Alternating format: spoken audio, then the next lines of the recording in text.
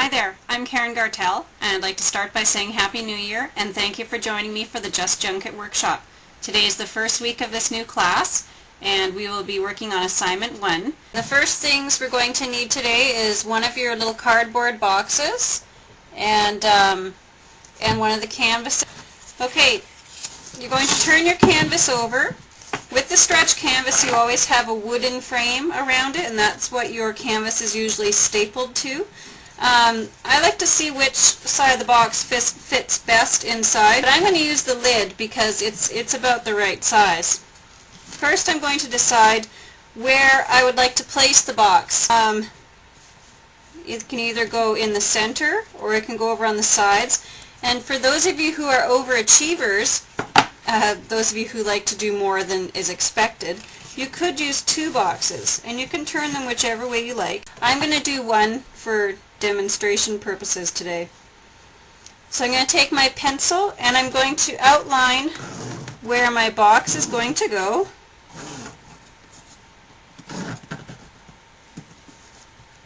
Okay, so I have drawn where I will put my box. I forgot to mention earlier, you'll also need a cutting knife and a board of some sort so you don't cut into your work table. Slip your cutting mat underneath your canvas. Carefully cut along the lines that you drew on the back of your canvas. This is how we're making our opening for the box to fit into. Through. So there's the piece that I've taken out, and now you can see the opening, in the canvas. Okay, now take your little box that you're using and fit it into the opening that you cut. Now I like hockey tape because I live in Canada, and you can get it everywhere. But I'm going to cut a few strips. Anyway, and you're going to be putting a bit of it on the canvas and then wrapping it around to the inside of the box. Okay, so I've folded it down to the inside of the box, and I'm going to do the same on this side. Okay, and then I'll cut a few more pieces.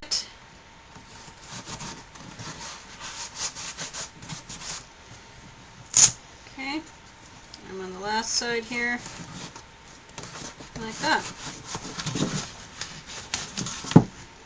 Now, if you have really big gaps, I have a little bit of a gap here. I'm going to cut, these scissors are horrible. I'm going to cut another little piece right here. So you can see I have taped all the way around. Doesn't have to look really pretty.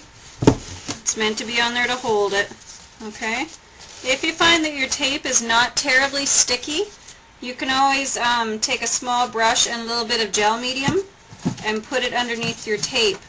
And that will help hold it a bit better. But now to secure this from the back, I'd like to turn over the canvas. You can see your nice little box there.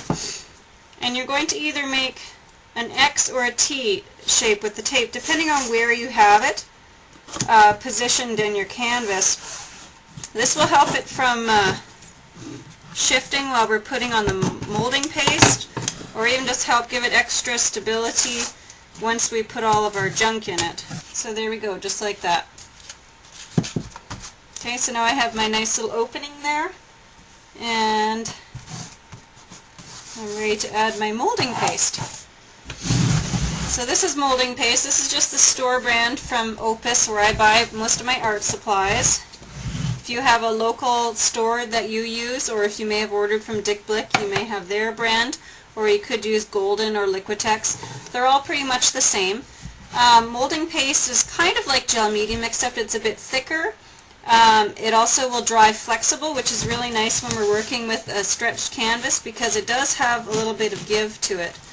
So what I usually do is I'll give this a good stir first, because I haven't used it in a while. And you can take out a blob of it on your palette or on your credit card. And I'm just going to smear some on there. And I know I'm going to need more, so I'll put another blob on there. And I'm going to want to cover over my tape, like that. And the nice thing about the molding paste is you're adding texture. If you're using a palette knife, this is really easy to do. You're basically, it's like icing a cake or putting peanut butter on toast. It's kind of fun, actually. So I'm just going to spread it around. Cover all the surface. And if you lift up your palette knife, you can either get little peaks if you want a more stucco effect, or you can spread it around and you'll get neat little, I don't even know how to call it. It looks like a plaster sort of look, kind of like a Venetian plaster or old world plaster.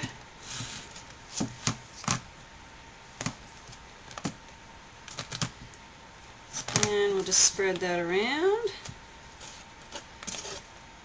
Careful not to get little blobs around the opening here too much on the inside, unless you want that, because sometimes they get a little bit sharp. So cover over all this. Doesn't it look pretty? It'll look better once we add some paint to it, but this is the basic structure of what we're starting with. Gotta start somewhere. Now, if you have a canvas with staples on the side of it, I'll be showing you something different to finish off the edges for that. But if you have a canvas that's wrapped all the way around to the back side, that the staples are on the back, you can go ahead and add the molding paste around the edges as well to continue on your design. But because I'm going to be doing something different with this one, I'm trying to keep it off the edges a bit. So I'll just scrape along the edges like this and take off the excess on the edges. So this one's pretty much done. Okay, I've iced my cake. I've moved it around. Got some neat texture going on. Okay, I don't know if you can see that. It's kind of shiny right now. Once it dries, it'll have a matte finish to it. I'm just going to add a little bit more here on this corner. So go ahead and keep applying it on here, on this canvas, until you're happy with it. Needs to be a pretty good coating, okay, in order to cover the canvas. Anyway, so that one's done, and that was super easy. Now you're going to want to set that somewhere where it's not going to get stepped on by cats or touched by little kid fingers.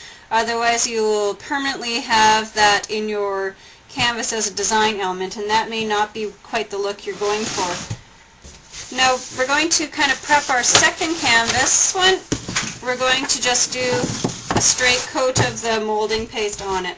Nothing fancy here. We're not cutting any openings on this one. We're just going to paste it up with the molding paste, same as we did with the first one. Okay. This one we'll be doing what's called a raised niche on it instead of the recessed niche, which was the first one. So this one we just need to do the background with a little bit of texture. Try not to make this one too lumpy because we are gluing stuff on the surface of it. Okay, so there, this one's done as well. I buttered 2 cakes, but I wouldn't want to eat this one. That would wreck my New Year's resolution. Ha ha ha. Okay, 2 canvases done. Very fast, very easy to do. The hardest part of this one was probably cutting the niche on the first canvas. Okay. This is an acrylic-based product, so it is water cleanup, so make sure you wash off your palette, though, your palette knife, because otherwise you'll end up with some crusty, lumpy things on there which aren't as easy to take off later. So give this a good cleanup, and set these aside somewhere to dry, and I'll see you next week for the second class. Talk to you later. Bye.